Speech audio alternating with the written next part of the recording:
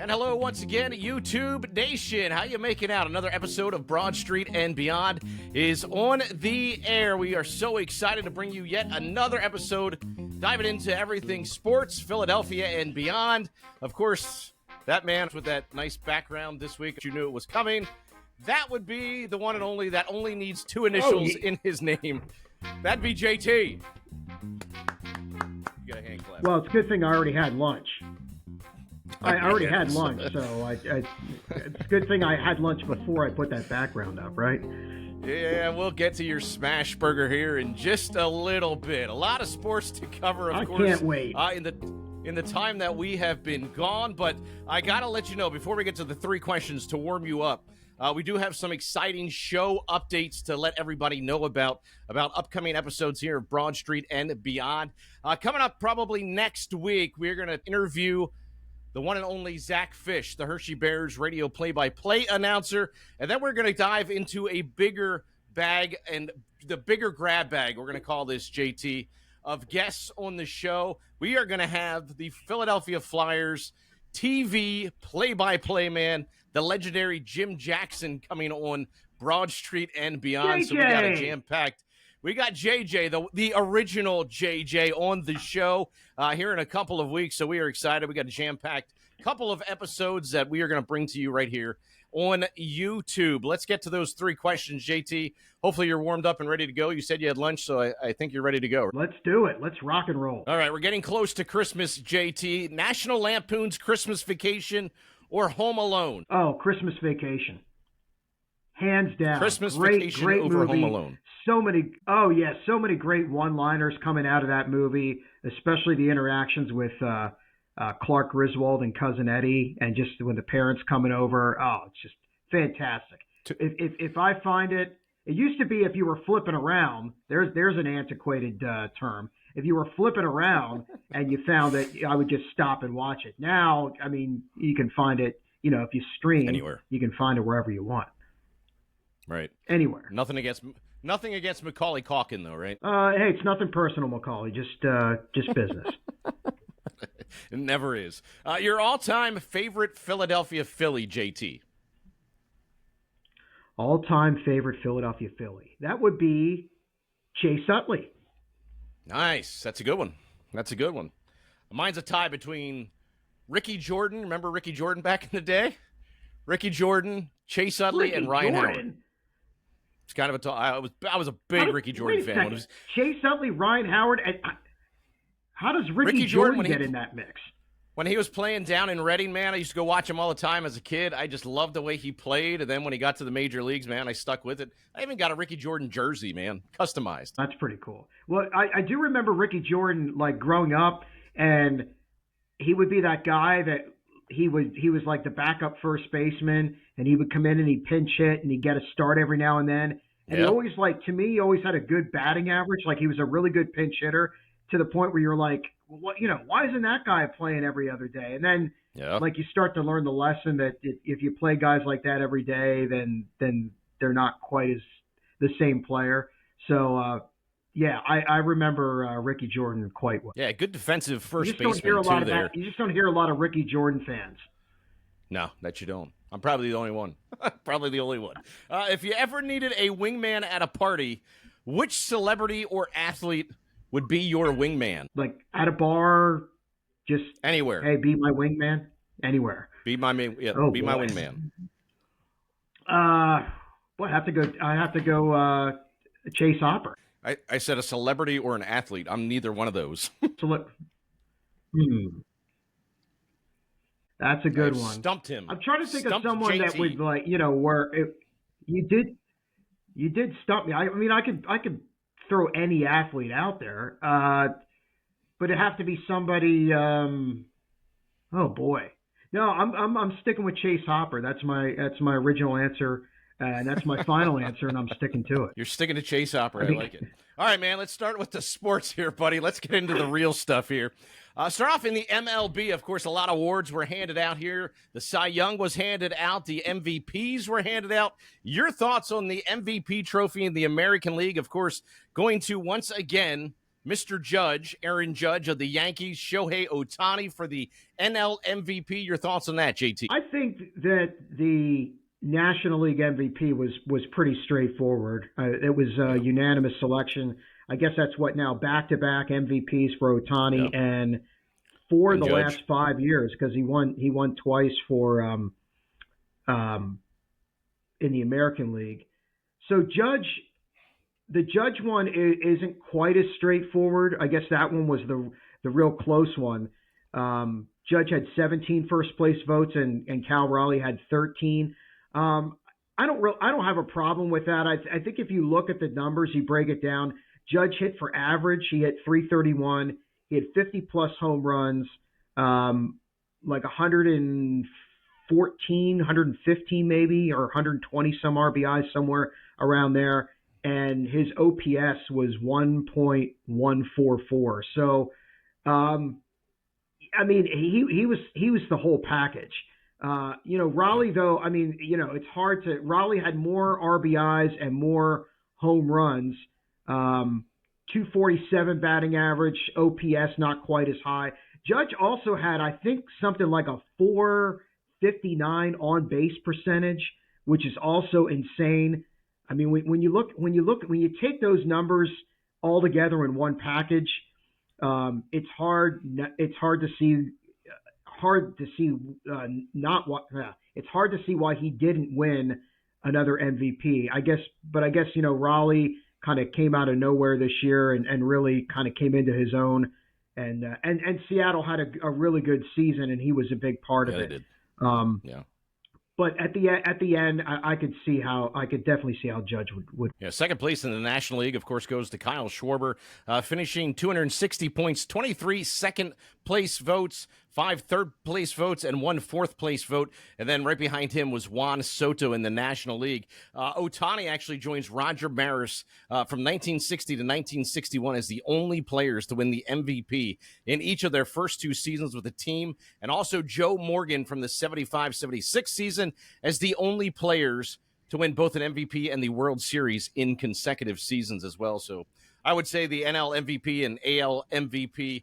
AL MVP, I'd have to agree with you there. I mean, it could have went either way in the AL MVP, but hands down, I mean, you're not going to give Kyle Schwarber the MVP trophy over Shohei Ohtani of what he did, at least in the regular season. Yeah, I think Ohtani, he's just more of a. I mean, this isn't to take away from anything that Schwarber did. He had a really, really good year, and they kind of went as he went that lineup. But Ohtani just is like a game changer, and he just makes such a big impact. And the fact that he can pitch too. It's funny though. We're talking about for these MVP races. Schwarber was a DH.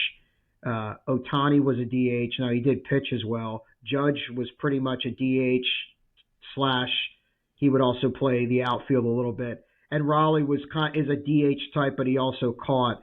But yeah, Ohtani he's just transcending the game right now. He's on another level. Cy Young Award, National League, of course, goes to Paul Skeens from Pittsburgh. American League goes to Tarek Skubal. He wins his second year in a row in the American League. The Cy Young, any surprises there, JT?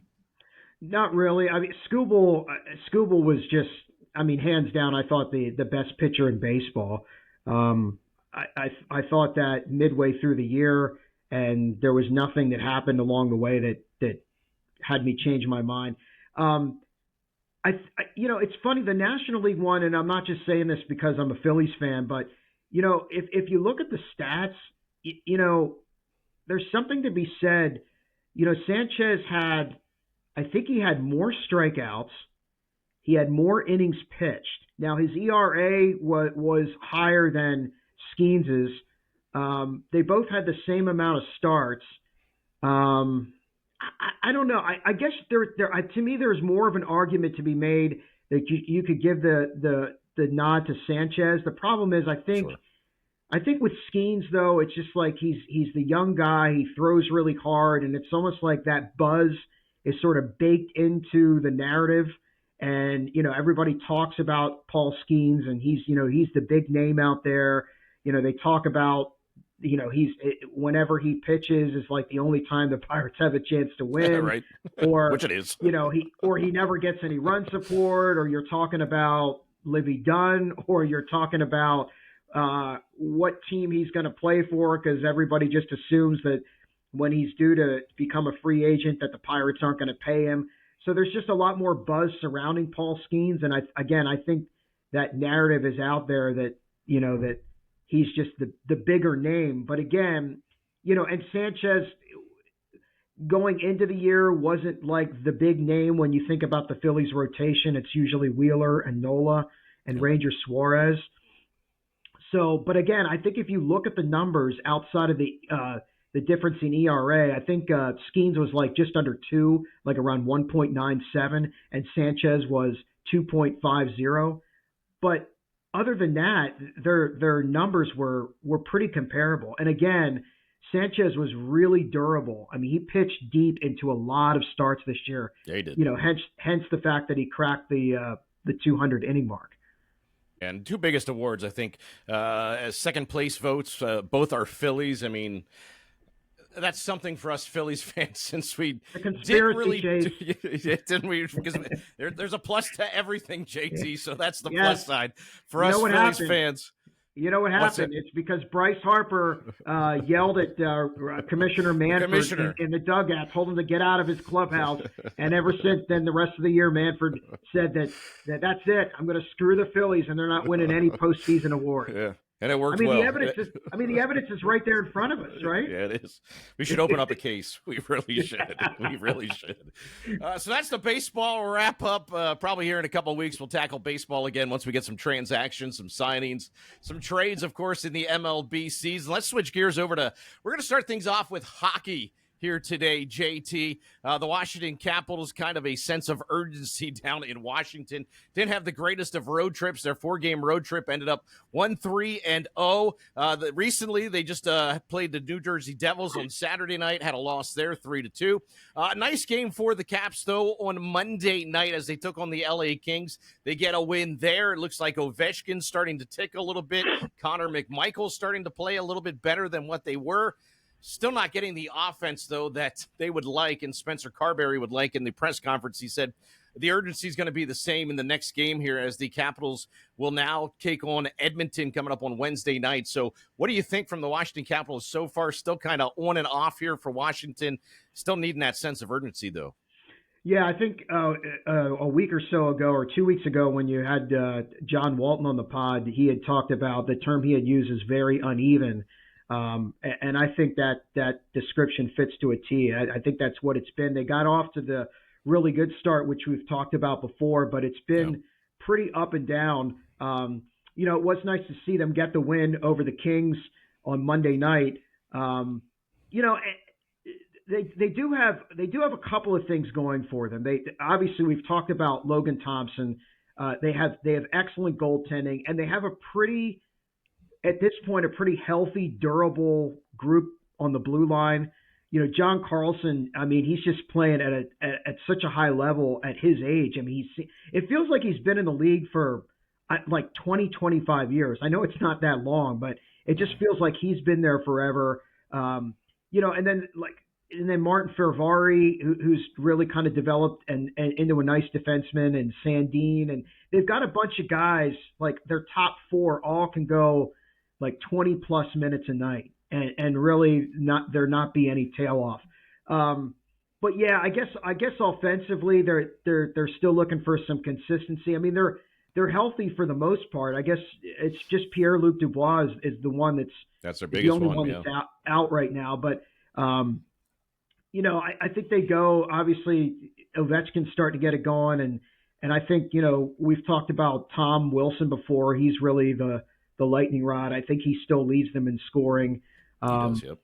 But yeah, I think there's Jacob Chikrin is the other defenseman I was thinking about. Obviously another real steady guy that's back there for them. I think with their blue line and their goaltending, as long as LT stays healthy, I think that's going to bode well for them down the road with the kind of the style and the system they play.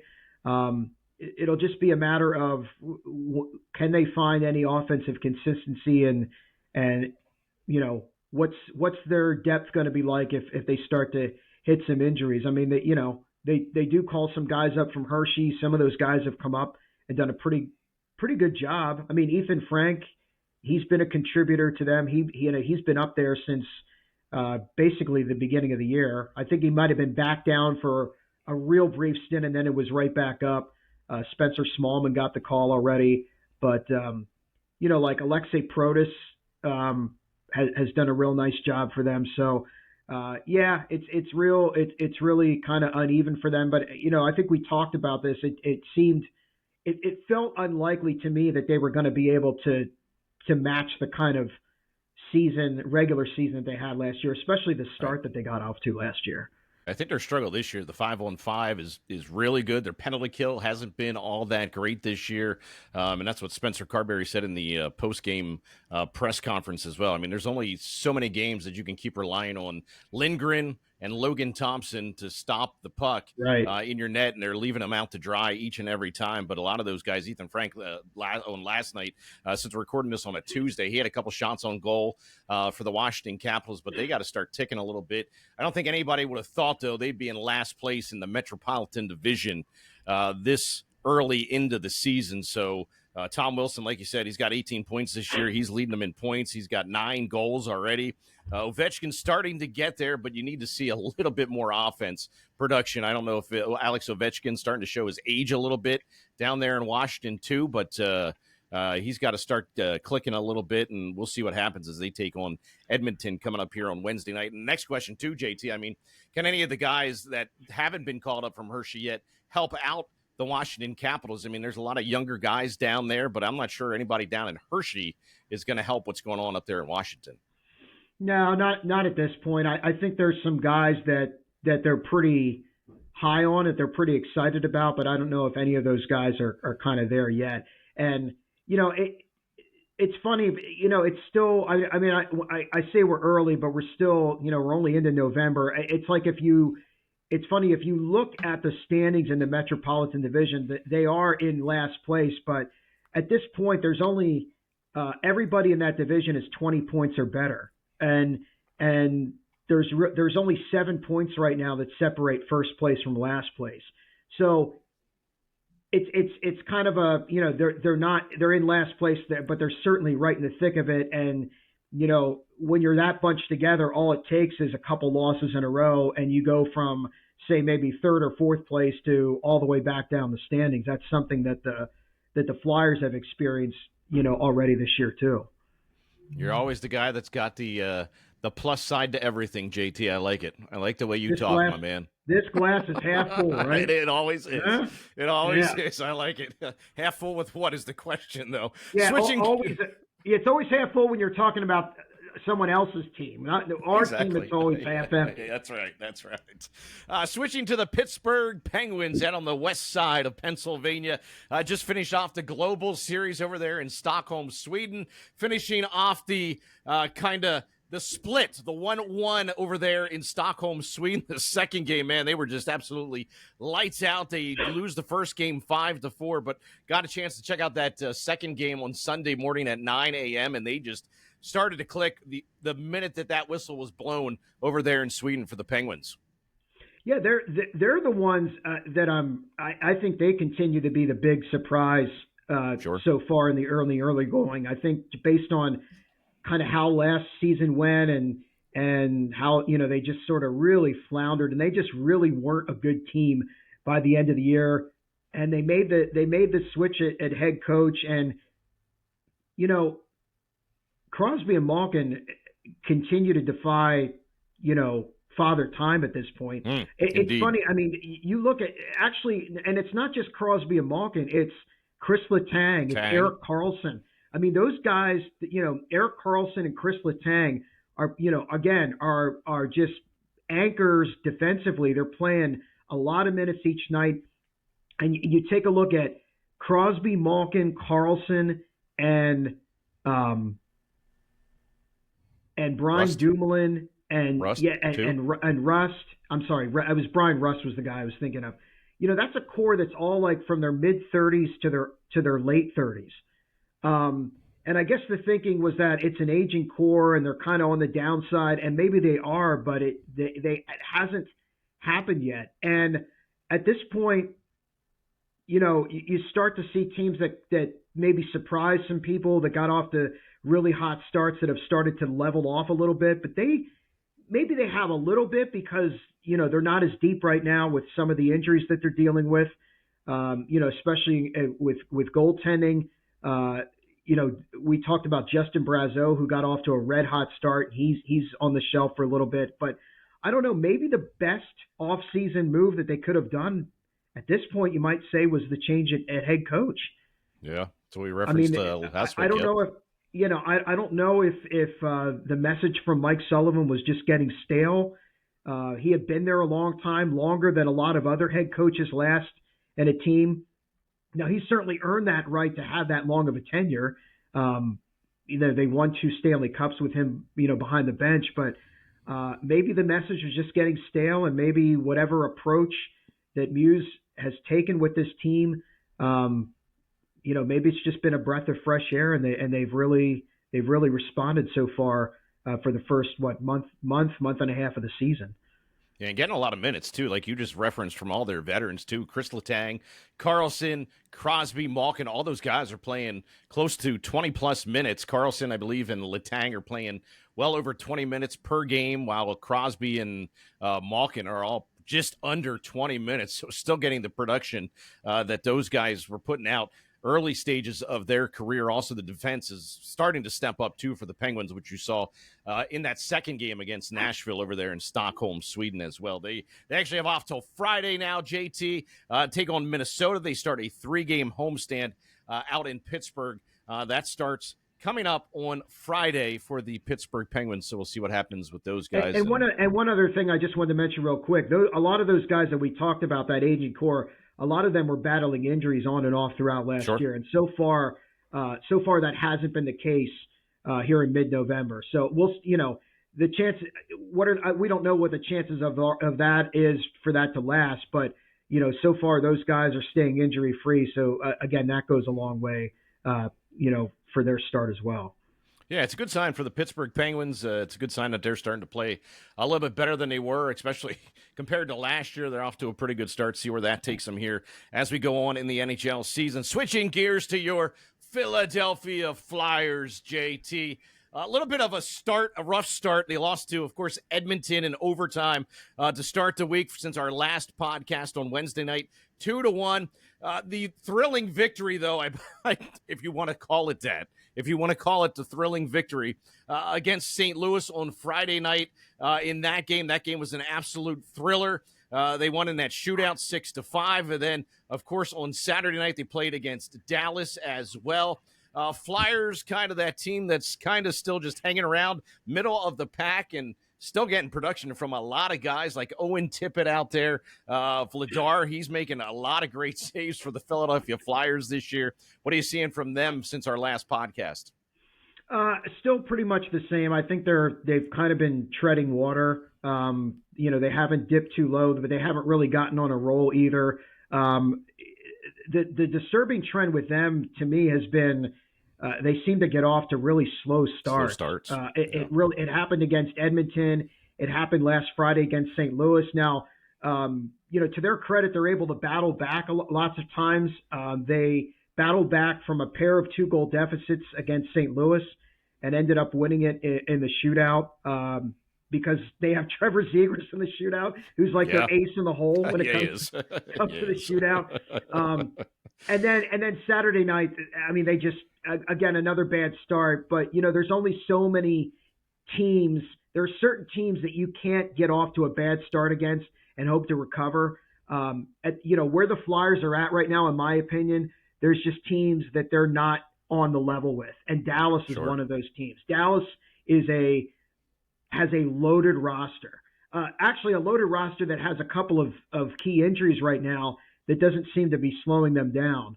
And the Flyers they're just not at Dallas's level right now. And it kind of showed as the game wore on. the Flyers, I don't know if like the back-to-back, like all the energy they had to expel and coming back and grinding out that game against St. Louis maybe took its toll in the second half of the game. But like I would say from about the middle of the second period on, Dallas just took over that game. Flyers showed a little bit of fight in the back half of the third period, but by that time, I think the game was already decided. It was probably like 4-0 at that point.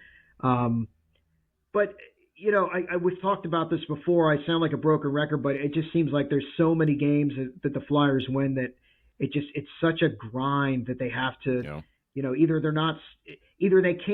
they score and they can't quite separate themselves from a team, or they have trouble, consistently putting the puck in the net. It seems like they play hard, but they need a little more consistency offensively. Their penalty kill's pretty good, and their power play is a lot better than it was last year. But their power play really, really struggled last year. So just even like their power play is like pretty decent compared to last year. That's a big improvement. I'll tell you what, the line in that St. Louis game, you would have thought after that St. Louis game, they would have been pretty much coming out on fire against Dallas. But like you said, Dallas, I mean, a quick, fast team. The Dallas Stars are pinpoint passing. Did you watch any of that game against Dallas? I mean, pinpoint passing for the Dallas Stars. They are the real deal in the NHL. You kind of see these teams, these upper echelon teams, especially in the Western Conference. It's a like tic-tac-toe, tape-to-tape passing. It's speed. It's no wasted motion. It's physicality. It's owning possession. I mean, it's just a lot of stuff that the Flyers just don't do very well at this point. Maybe it'll get better as the season goes on. But they're also, like, Dallas is also a veteran team. Like, they're loaded with guys who have all been in deep playoff runs. I mean, I think Dallas as a team has been to the Western Conference Finals the last 3 years. So they haven't gotten to the Stanley Cup final, but they're no stranger to deep playoff runs either. And, Jacob Ottinger is a pretty good goaltender too. Doesn't get any easier for the Philadelphia Flyers coming up on Saturday night as they take on New Jersey Devils. Then they go out for a long road trip. The Zegras, the Dvorak, and the Tippett line, pretty good, but nothing to show coming out on against Dallas the other night. No, that line seems to be playing pretty well. I mean, Tippett's on a little bit of a hot streak. I think he's kind of another guy. Like, there's a lot of streaky guys in that lineup. I think it's, we keep coming back to the word consistency. Tippett had a hot streak earlier in the year, then he kind of wasn't doing a whole lot. And then, he had that 4-point night against St. Louis, played pretty well against Dallas. But I think they would like to see it more often. Flyers, Devils coming up Saturday night. Doesn't get any easier for those Philadelphia Flyers. Let's switch locally to our American Hockey League team, the Hershey Bears, the Chocolate and White. What a weekend they just come off of. 3 games in 3 nights, and they win all 3. Of course, it started up in Syracuse on Friday night. They played Lehigh Valley the following night down in Allentown. They get wins in all 3 games. They are just absolute road warriors this season, JT. We're seeing a lot of the same faces contributing here for the Hershey Bears. The Ila Protis, he had another goal. I think he had a point in each and every single one of those 3 games that the Hershey Bears played over the weekend. Graham Clark as well. Trinyev, he contributed over the weekend. Real good weekend for the Hershey Bears. Yeah, everything came up aces for them over the weekend. Especially, the shutout I'm sorry, it was a 2-1 win in Syracuse. It seems like, the style that they play, they're very, very comfortable in these tight checking, low scoring games. It doesn't seem to faze them. They've won a lot of games like that. Sweeping the home and home with Lehigh Valley, I thought was pretty remarkable. The Phantoms, I think the Phantoms have a pretty good team. They have a nice mix of good young players, I think, that are on the cusp of getting called up to the Flyers. The game on Saturday night in Lehigh Valley, that was a pretty entertaining game. It looked like the Bears had that one under control. They had a pair of 2-goal leads, and then the Phantoms got some power play goals, and then the Bears get that goal late.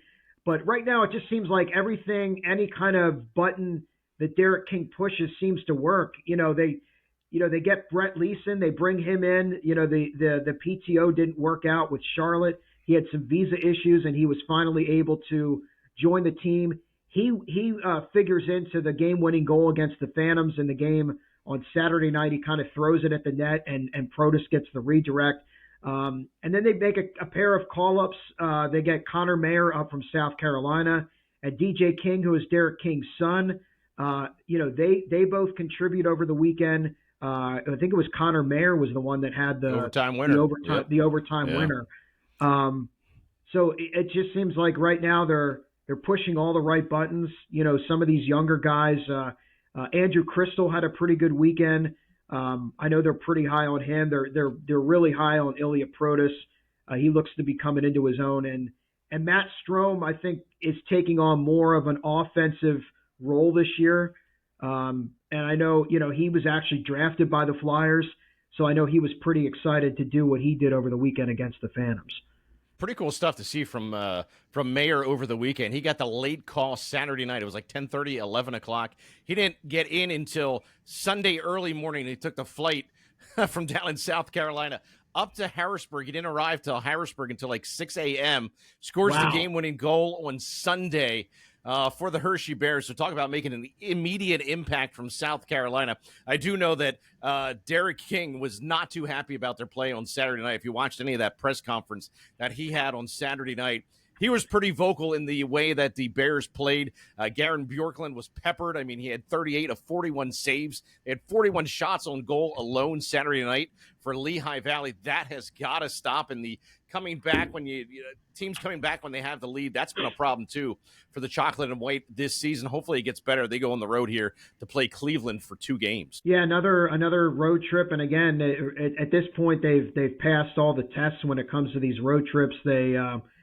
They seem to be very much in their element, in their environment when they go on the road. So they're right now they've bought into Derek King's system, and it seems like the buy-in is there right now. And the goaltending's been pretty good. I don't think the goaltending's hurt them at all. Stevenson's played really well. He's having like a really good start to the season, and Bjorklund hasn't hurt them either. So, and they could be. I guess I heard on the broadcast over the weekend that Miroshnichenko is skating again. He's been out for a while with an upper body injury, so I think they're hoping to get him back pretty soon. So he would just be another option of scoring for them. So we'll see. I don't know if he's going to be ready for this weekend, but we'll see how they look coming out of Cleveland this weekend. Something cool to watch here as we go on to the season 2. DJ King, Derek's son, playing for him, and see how that plays out. How Dad kicks him into gear into the AHL and gets him in tip-top shape, and see how he plays along the way. But the Bears, prior to the 3-game in 3 nights over the weekend, we talked about how the young guys needed to step up, and some of those guys did so, but they can't keep falling back in some of these games. We'll see how they play out in Cleveland. We're going to switch gears, JT. We're going to switch gears. We're going to get it off your chest. We're going to move to college football and the Penn State Nittany Lions, who I put up back here in the background over here. Or I can't even get my finger right. I love over it. Here somewhere. I love the striped helmet. Striped helmet. I put that back there just for you. You win a smash burger. Penn State finally beats another cupcake. Michigan State over the weekend. An outstanding game from Katron Allen, of course. I mean, he had a huge game. Grunkmeyer played a little bit better. I mean, if you're going to compare that to some previous games against those big schools, but a nice win for Penn State to finally get over the hump in that 6-game losing streak. Well, from what I heard, they were kind of at a crossroads, And I made some calls. I made some back channel get that calls. Smash burger. This is good. And I want to hear this. I talked to Terry Smith, and I said, "Look, Terry, you guys are fighting a good fight, but I need that smash burger." And he said, JT, I'm going to do what I can do for you. And they responded. And they went out there, and in the second half, they beat the doors off of Michigan State. And by God, Chase, they got me that smash burger. Tell you what, man, it was pretty impressive. Actually, Katron Allen, he rushed for 181 yards, 2 touchdowns. Grunkmeyer, 8 for 13, 127 yards, 2 touchdowns. They did snap the 6-game losing streak. One thing that Gary Daniels mentioned from CBS, he said no team that was AP number 2 preseason ever ended a season with a losing record. Penn State certainly could be the first one to do that. Still got 2 games against Nebraska and Rutgers. I want to play something for you, though, JT, if I can get this off my phone here. Terry Smith had at halftime with Penn State. I'm going to play the clip for you. Did you hear I've heard, did you hear yes, the speech? I've heard it. It's pretty incredible, and I think it's worthy of tuning in. So let me see if I can play this for you.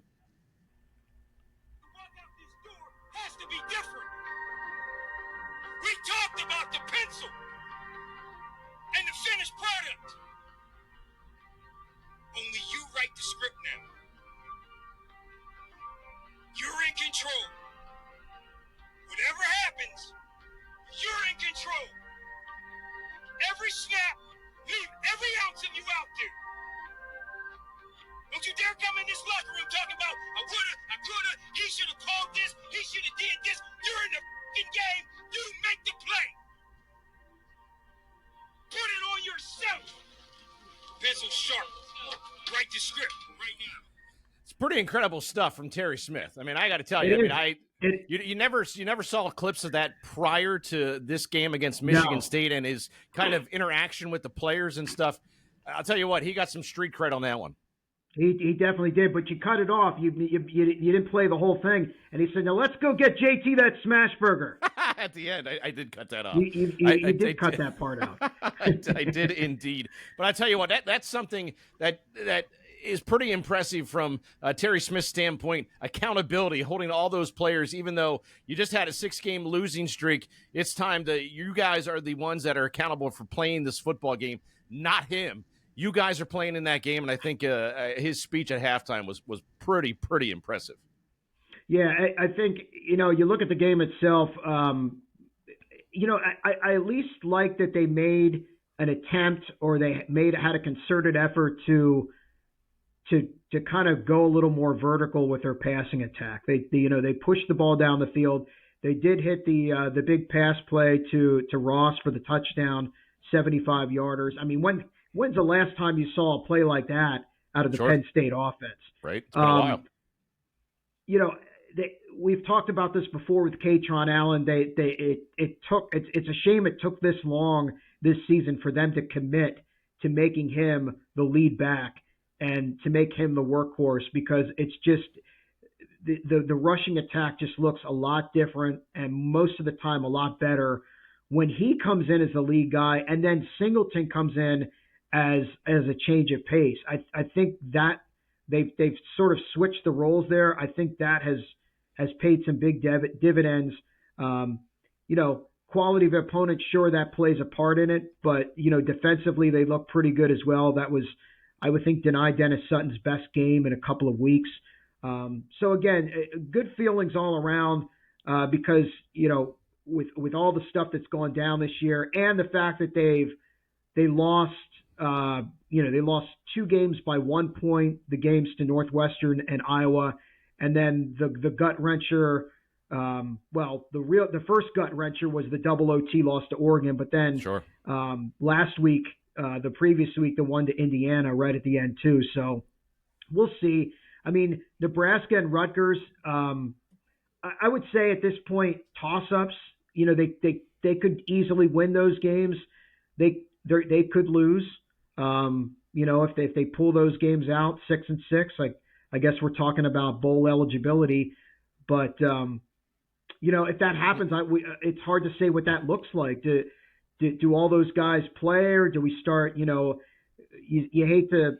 I don't want to be a wet blanket here of them coming off a win, but now you start to wonder: are you going to start to hear guys kind of opt out and say that start thinking about their long-term future and they're going to opt out of a bowl game or maybe opt out, late in the season, or are you going to start hearing rumblings about guys that are going to enter the transfer portal as we get close to December.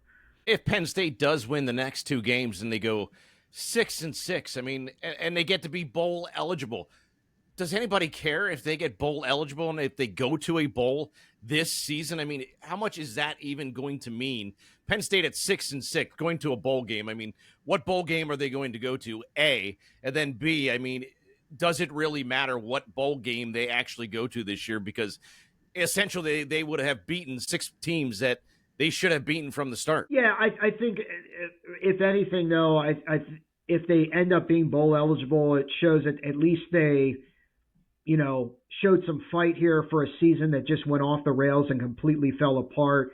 That they had, they had enough integrity to pull themselves together and to stop it from being a complete disaster and to kind of from it being an embarrassing season. We'll see. I mean, this season's a wash now anyway. It didn't live up to the hype. It didn't meet the expectations. So maybe, from their standpoint, I guess it would be nice for some of these seniors to go out on a high note. It's senior day coming up on Saturday night against Nebraska, and then we'll see what happens with Rutgers. So, maybe it would mean something for the seniors and maybe, maybe if they finish strong and end up going to a bowl game, maybe it bodes well for Terry Smith and whatever future career aspirations he might have after this season. Sure. And we haven't heard a whole lot either from the coaching vacancy here in the past week at all, as far as who may be in the lead now for the Penn State head football coaching job. Have you heard anything, JT, this week? No, I think it seems to have calmed down a lot. I don't know that anything was really going to move much until you get towards the end of the season anyway. I think, the names that you hear right now, I think it's just an effort to create buzz and just kind of create some content and some buzz out there. And some of the names that you heard early anyway have been gotten extensions. The Kurt Signetti's, Matt Rule got the extension. They can't bring James Franklin back either now. They can't. No, they can't. The big game James is taking taking the show down to Blacksburg. Yeah. So if there was a Breaking change news. of heart, it's not going to happen. Yeah. Oh well. Yeah. Hey, more power to him. Yeah, they can have him. They can certainly have him. Big game James down in Virginia Tech. Let's get over to the NBA, JT. Sixers played a couple of games in that, which you're going to have to help me out with this NBA Cup thing. I'm not exactly sure how this thing plays out and how this thing works. The NBA Cup, they played the Celtics, beat the Celtics by 2, came up short against the Detroit Pistons. Then they faced off against the LA Clippers and the comeback kids. The Sixers, once again, come back in the fourth quarter to get a big win. They are now without Kelly Oubre. He's out of the lineup. He's injured. Joel Embiid is out of the lineup as well for that game against the Clippers last night, since we're doing this on a Tuesday. Talk about the Sixers. I mean, they seem to be the comeback kids. They keep coming back. They're down 5. They're up 5. They can't keep it together in either the third or the fourth quarter. And last night, it was obviously, again, them coming back in the fourth quarter from the deficit and finally taking the lead in the fourth quarter for the first time. Yeah, I mean, they're pretty, like, their core right now is young. I mean, when I'm talking about Maxey and Edgecombe, really at this point, Maxey is really the only consistent main scoring option they have. They have some other guys. I still think VJ Edgecombe's going to be good. He's tailed off a little bit from that start that he had early in the season. Paul George came back last night. I don't know. I don't really know what to expect from him. Not impressive. And he had 9 points. I guess he played like 20-some minutes. Again, Embiid, you kind of figured this was going to happen at some point. How are his knees going to hold up? Bona's out too. I forgot him. Yeah, he's out. Yeah, that's the other thing. They don't. When they're healthy, they've got some pieces. They play hard. They do play pretty good defensively, but. They need another guy that they can go to in crunch time, because teams are figuring out that if you play zone against the Sixers and you do what you need to do to deny Maxey the ball in crunch time, it can be difficult for the Sixers. But, they have shown the ability to close out some close games, which they weren't doing earlier in the year. They were able to get that 2-point win over the Celtics. They were able to get the win over the Clippers last night. They lost that game to the Pistons, but the Pistons are a really good team too. Now, to answer your question about the NBA Cup, not all of those games are NBA Cup. They're regular season games that they just sort of designate as NBA Cup games. So the Sixers are like 0-2 in Cup play, but whatever. I don't really care about the NBA Cup anyway. Well, I think they weren't earlier in the year. They were having trouble closing out games, but lately they've found a way. That win over the Celtics was pretty good, and win over the Clippers was pretty good too. But the Celtics are kind of an okay team this year, and the Clippers aren't that great so far. So. Again, I don't know. I think there was some early buzz with the Sixers, but I think things have kind of settled in now. They could definitely be above 500 if they stay healthy and could be in the mix for a lower seed in the playoff, definitely the play-in tournament. But I don't know. It's going to be hard to see if the Sixers can kind of get on a roll. We'll see here as they I think they have some games coming up here against the Heat and the Magic. So we'll see. We'll see how it plays out over the next month or so. I think Nick Nurse summed it up after the win against the Celtics. He said, I think this is the way it's going to be. We're going to be up 10. We're going to be down 10.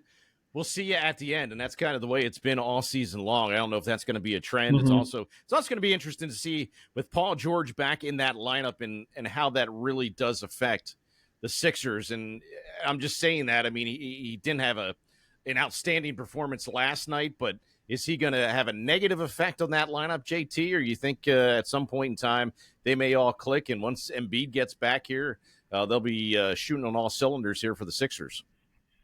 I wouldn't count on it, to be honest. I don't know how much, No more glass half full guy. No more glass half full. You don't know.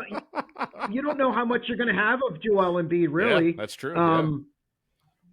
It's kind of you see whatever happens with him at this point, and same with Paul George. I mean, it's hard to get excited about those guys. Even Jared McCain's back now, but he's not playing. He's not getting any minutes.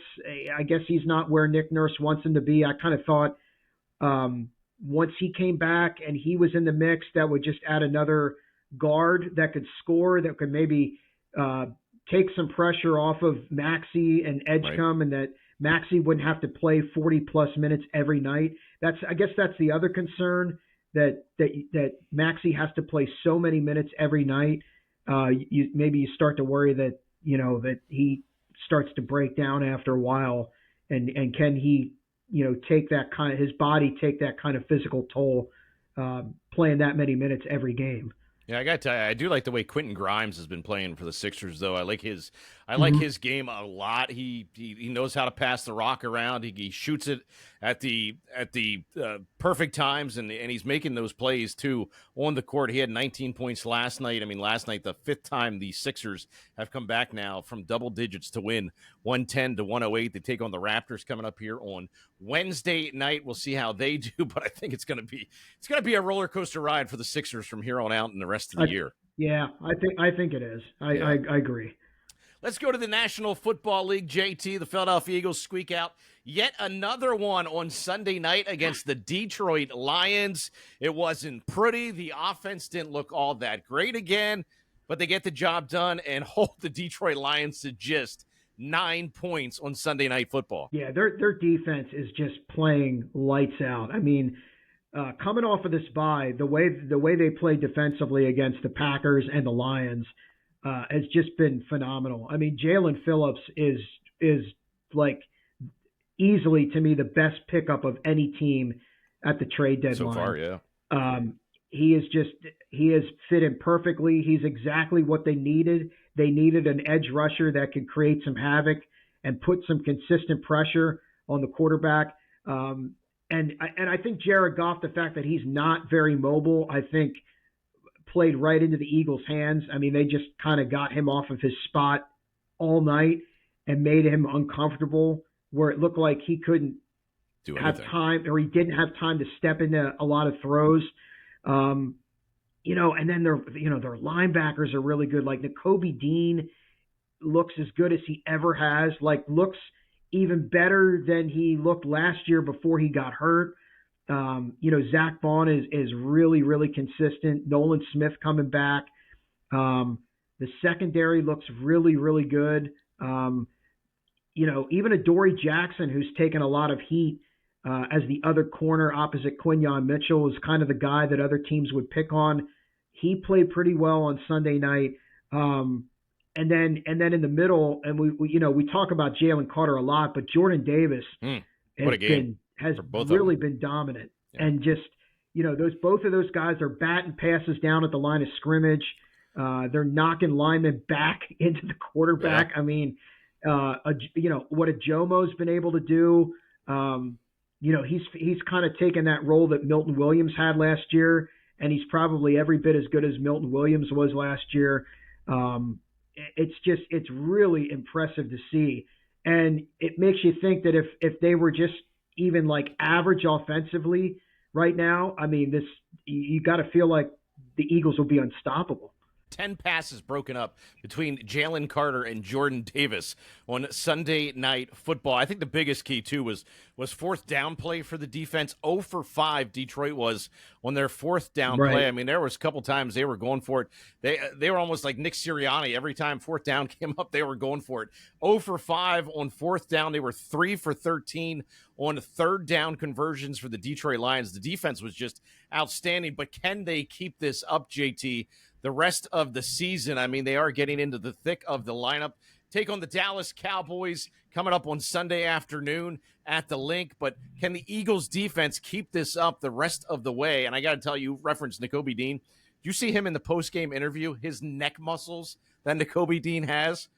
I would not mess with that guy at all, man. Oh, no. He is an absolute beast. But can the defense keep this up the rest of the way? Well, I don't know that they're going to play exactly like they did against Detroit and Green Bay, but right. Even, maybe even half of, even a somewhat consistent effort, I think is going to be still really, really good. It's just really is the offense going to – the offense is going to have to figure out a way, because like you said, I think what you're trying to say is the defense isn't going to be able to do that every week. No, not at all. No. Over the course of a long season, you're going to have guys that are, guys might get nicked up. They might get a little hobbled, or there just is going to be a game where they don't have it. And, they're not going to be able to score between 10 and 16 points every week and win it. They got to find some consistency. It's the talent is there. I think what doesn't get talked enough about is their offensive line. Yeah. The Eagles' offensive line is not what it was last year in terms of I think like Landon Dickerson and Cam Jurgens and Lane Johnson, who's now out 4 to 6 weeks with the Liz Frank injury. Those guys, I think, have been battling injuries all year. And they've been in and out of the lineup, but I don't know. I don't even know how healthy they were coming into the season. Remember, Landon Dickerson got hurt in the preseason and then came back. Cam Jurgens was hobbled last year in the postseason. Wasn't even really supposed to play in that NFC Championship game, but kind of gutted it out in the Super Bowl. And again, I just don't know how healthy he was coming into the year.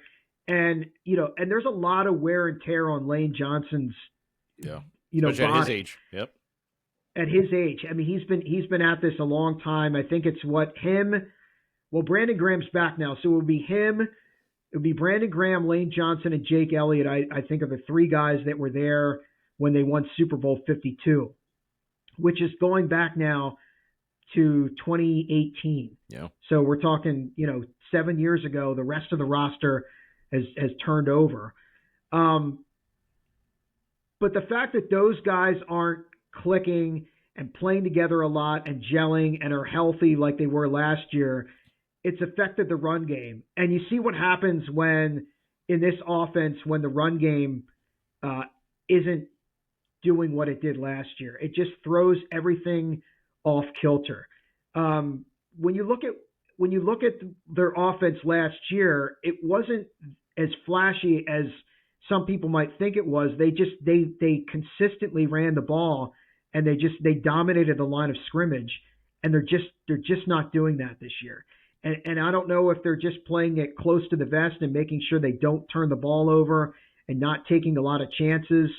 I don't know, but I mean, to me, there's got to be a way. There's way too much talent. You got to think if you have two receivers like Barkley like Devontae Smith and A.J. Brown, a running back like Saquon Barkley, a tight end like Dallas Goedert, and a quarterback who won a Super Bowl MVP, you got to think there's got to be a way to figure it out. They need, I mean, it's like you just mentioned. I mean, receiver, I mean, they have so much offense. I don't know what the problem is. For the most part, they're playing mistake-free football this year. They definitely are, but is that because they're not taking the chances that they normally would be taking in the receiver core? They've got to get these guys involved. I mean, you can throw in Jahan Dotson in there, who I think is a top-notch wide receiver. 3 quality wide receivers for the Philadelphia Eagles. They have 2 tight ends that can get the job done in Dallas Goedert and Calcaterra. They're both studs at tight end. Running back wise, you got Bigsby, you got Saquon Barkley back there. Will Shipley too can play the game hard. I mean, I don't know what the problem is with that offense. Again, you got one football, but they tried to get A.J. Brown into the mix, of course, in the first quarter after his comments the previous week, but he wasn't getting any yards for the most part after the catch in the first quarter for A.J. Brown. I mean, I don't know what the answer is for that offense, but they've got to get it clicking, and maybe it'll start clicking here against the Dallas Cowboys on Sunday. Well, and there's a consistency issue there, like an execution aspect to it. The offensive line is committing a lot more holding penalties than they ever have. So there always seems to be that penalty that knocks them off track. It's just. And they're not turning the ball over. They're not fumbling. They're not throwing interceptions. It's almost like right now it seems to be the approach almost feels like, and this is just me watching the games. It's almost like, let's win with our defense. Let's not turn the ball over. Let's not take any chances, and let's look for some opportunities to make a couple of big plays, and we'll use that formula, and that formula is. Can win you a lot of football games, and when you get into the playoffs, that can win you a lot of games too. I think if they can get the running game on track as they go on here during the season, I think they'll get things figured out. But again, a lot of it's going to determine what's going to happen. Cam Jurgens came out of the game again. Now Lane Johnson's going to be out. So we'll see what Fred Johnson does as he goes in there at right tackle. I'm assuming that's the guy that's going to replace Lane Johnson. So we'll see. It starts with Dallas, and then they've got the Black Friday game with the Bears. They got the Monday night game with the Chargers. They still got 2 against the Commanders, and they have also got a really big matchup late in the season. I guess that's week 16. They have a game at Buffalo. So. Lots to determine here, but they're certainly in the driver's seat for the division. Yeah, absolutely. I mean, a big NFC East division game coming up on Sunday. Dallas got a win against Oakland on Monday. Oakland on Monday Night Football, but they're not Oakland anymore. They're Vegas. See, I just did that like I did last week. You did it again. I did it again. The Vegas Raiders. They got a win over the Vegas Raiders. And guess what? They're going to wear this weekend.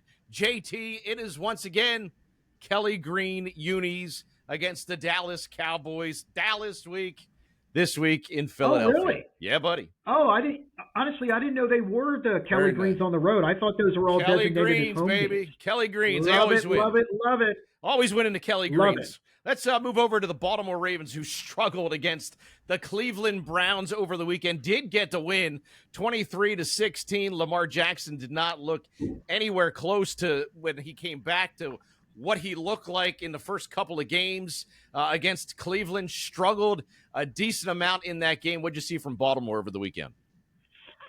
Yeah, I really like though the wrinkle at the end of the game, the tush push with Mark Andrews under center. Everybody wants to ban it, but everybody's running it now. Everybody's running and everybody's running trick plays out of it too. So that was a great call, and he scampered basically untouched. Yeah, 35 yards for the touchdown. I think Lamar Jackson struggled. To me, it was lucky they were playing Cleveland, and then of course when Dylan Gabriel went out and Shedeur Sanders came in, I mean, I think you could kind of see that there was really nothing Cleveland was going to be able to do to move the ball at that point. So, Baltimore just had to hang in there and wait for their big opportunity, and they got it. And I guess what is that? Is that 4 wins in a row now for them? Still in contention there in the division, of course, against with the Steelers still leading the way. But Lamar Jackson obviously didn't look that crisp in that game at all. But like you said, it's a good thing they were playing Cleveland. It certainly was. Yeah, they're still nipping at the heels of they're still nipping at the heels of the Pittsburgh Steelers in the division. I guess they're only a game behind. And I think actually if I'm not mistaken, I think they've kind of got the better schedule over the next couple of weeks. Like I think they have an easier schedule. Yeah, they got the Jets and the Bengals coming up. Yep. And then the Steelers and then the Bengals again. Actually, they still have to play the Bengals twice and the Steelers twice. So there's a lot to be decided yet in the AFC North. So we'll see. I think Ravens fans would probably have wanted to see some better play and more consistent play out of Lamar Jackson at this point. But I mean, they're doing just enough, defensively, and we'll see what happens. If I had to choose right now, I guess I still would lean Ravens to win that division just because of the schedule, and they get 2 cracks at the Steelers yet, but it's funny, every time I've kind of sort of written the Steelers off, they've stepped up in a big way. Like they got that win over the Colts a couple of weeks ago, and then the Bengals is a team that they lost to earlier in the season, and then they took it to Cincinnati this past Sunday. Man, Derrick Henry looked impressive in the Ravens game, too, over 100 yards rushing, 1 touchdown. But can we just get this out of the way for all those folks that thought Shedeur Sanders should have been picked in the first round of the NFL draft and were in an uproar? You saw exactly why he was not picked in the first round of the NFL draft. In that game, he is not accurate, takes way too much time in that pocket as well. He did not look good at all. 4 for 16 for 47 yards for Deion Sanders' son. Well, he was in a really tough situation. Don't tell me he was in a pickle. Come on, don't tell me that, JT. Well, he was, but I still don't think he's very good. Okay. I mean, 2 things can be true at once. Half full. There it is. Half full. It's a half full. Half full. Half full. Bad situation. Let's go to the Steelers, as you just mentioned. Took on Cincinnati. The Bengals, they hosted the Cincinnati Bengals. Come out with an absolute big win and also a big game from our boy that used to play for the Philadelphia Eagles, Kenny Gainwell. Big game for him. Yeah, he's carved out a nice little niche, kind of like he did with the Eagles. He was that second option to Saquon Barkley last year, and did a really nice job when Barkley would need a breather. And he's a pretty good receiver out of the backfield. I think he had over 100 yards in total offense between rushing and receiving. Yep. They got 2 defensive scores. So they had the pick 6. Of course, the 2 big storylines. The 2 big storylines coming out of that game was the incident between Jalen Ramsey and Jamar Chase. Jalen Ramsey gets ejected for should have been both of them. Should have been both of them. Jamar Chase, and then they find out after the game when they look a little closer, Jamar Chase ends up spitting on Jalen Ramsey. So now Jamar Chase gets a 1-game suspension, and he's out this week. And Aaron Rodgers going out too. Aaron Rodgers going out. And now there's the Aaron Mason Rodgers Rudolph injury. Yeah, he didn't. He injured his wrist. He didn't play in the second half. So we'll see if he's. My guess is he probably won't play, but that's to be determined. But Mason Rudolph stepped in and did a pretty nice job. But again, they got the 2 defensive scores. They got the pick 6 from Kyle Duggar, which actually, we talked a lot about the Jalen Phillips pickup by the Eagles at the trade deadline. Kyle Duggar is like low key a pretty good pickup too. Yeah. For the Steelers. I mean, he's really settled in nicely for them. They've played pretty well defensively the last couple of games. I think they've simplified it a little more, and it seems like it's paying off for them. So it's like every time where it looks like they have there's been a situation where the Ravens might be able to overtake the Steelers. It's like the Steelers are kind of giving them the stiff arm. They're holding them at arm's length for now. But again, their schedule is I think gets a little tougher right now. At least over the next couple of weeks, as far as compared to the Ravens, they got a big game at Chicago coming up on Sunday. Then they've got a game against the Bills. Then they got the Ravens. So Bears, Bills, Ravens, 3 in a row right there. I think we might get a clearer picture. Plus, Pittsburgh still has a game against the Lions in December. So I think we'll have a much clearer picture on where things look with the NFC North coming up here. The AFC North over the next couple of weeks. Big game for Kenny Gainwell. Definitely miss him in Philadelphia. 7 catches, 81 yards, 2 touchdowns, 9 carries for 24 yards. And their defense just stepped up in that game for the Pittsburgh Steelers. 10 tackles for Queen. Eccles with 7 tackles. Also Pierre with 6. Just a real good game for the defense for the Pittsburgh Steelers. Up next for them are the Chicago Bears to wrap up the NFL. JT. By the way, go ahead. By the way, real quick, did you see that catch that Darnell Washington made, where he basically trucked 3 guys? The tight end there. That guy's enormous. Oh, why don't they give him the ball more often? Oh my god! He was like a tractor trailer, just going through cones, man. He's like 6'7". Yeah. He just railroaded 3 guys. That was amazing to see. Yeah, if I'm Pittsburgh, I get that guy the ball more often for sure. Ooh, I mean, that guy could just steamroll guys, and he certainly showed it. A tush push. Certainly a lot of teams didn't like the tush push, but certainly a lot of teams this past weekend, you were seeing them do the tush push on 4th and 1, 3rd and 1, 3rd and 2. It's all over the National Football League now. It's starting to grow on everyone now. Yeah, I don't hear anybody complaining now. Yeah, nobody's complaining as much now. They can't perfect it as good as our birds, though, JT. That's for sure. My only question, man, let's wrap it up. Who do you think the best team in the NFL is right now? Philadelphia Eagles. You think? Do you really think that? Yeah. I mean, is that your honest opinion? I do. Yeah. That's my honest opinion. Yeah, I mean, I would certainly throw the way the New England Patriots have played. I mean, are they the real deal this year? The Colts kind of been hit or miss. The Eagles, I would say, as far as top to bottom of rosters, definitely the best team in the NFL right now. The Eagles certainly should have lost the game against the Giants. Broncos are a good squad too. I mean, you no longer can throw the Buffalo Bills and the Kansas City Chiefs into that mix of the best teams in the NFL. I think I'd have to agree with you. And that's not us being partial either, JT. No, not at all. Now, I will say this. You could make an argument. You could convince me that the Denver Broncos, who beat the Eagles, or even the LA Rams, who the Eagles beat, you could convince me to put them above the Eagles, but right now I'm going to stick with the Eagles. Yeah, a lot of folks keep saying that the Rams are the best team in the NFL. Obviously, keep in mind the Eagles did beat the Rams this season already, but I think hands down, when you look at it, the way teams have played and consistency-wise, you can lean towards the Eagles, I would think.